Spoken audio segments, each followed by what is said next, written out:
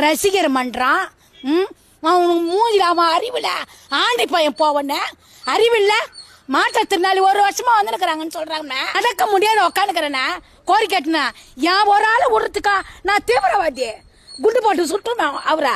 நான் எங்க கார் மேல ஊந்தி எதனா அசம்பாவியம் நடந்துற போதுன்னு அவருக்கு கெட்ட பேர் வர போதுன்னு அதனால என்ன தப்பிக்க வச்சு என்னை பிடிச்சி வச்சுக்கினாங்க. நான் எங்க ஊழ்றதுக்கு தான் இருந்தேன். அடுத்த வாட்டி வந்தேன்னா நான் ரொம்ப நாஸ்தி ஆயிடும்.